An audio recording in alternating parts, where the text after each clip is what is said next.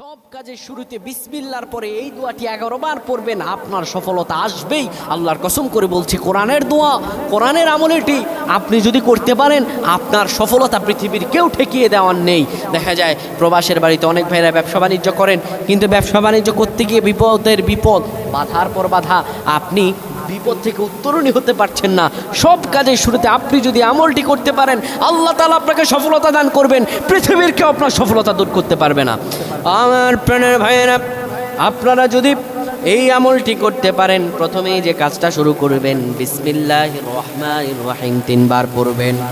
এরপরে আপনি এই সূরাতুল বাকারার 127 নম্বর আয়াতটি 11 বার পড়বেন। আয়াতটি হলো, রব্বানা তাকাব্বাল মিন্না ইন্নাকা আনতাস সামিউল আলিম। আবার বলছি, রব্বানা তাকাব্বাল মিন্না ইন্নাকা আনতাস সামিউল আলিম। হে আমাদের প্রতিপালক, তুমি আমাদের পক্ষ থেকে আমলগুলো কবুল করো। হে আল্লাহ, তুমি সর্বশ্রোতা, সর্বজ্ঞ। আপনি যদি আমলটি করতে পারেন, আল্লাহর কাছে চাইতে পারেন, আমার আল্লাহ রাব্বুল আলামিন আপনাকে সকল কাজে সফলতা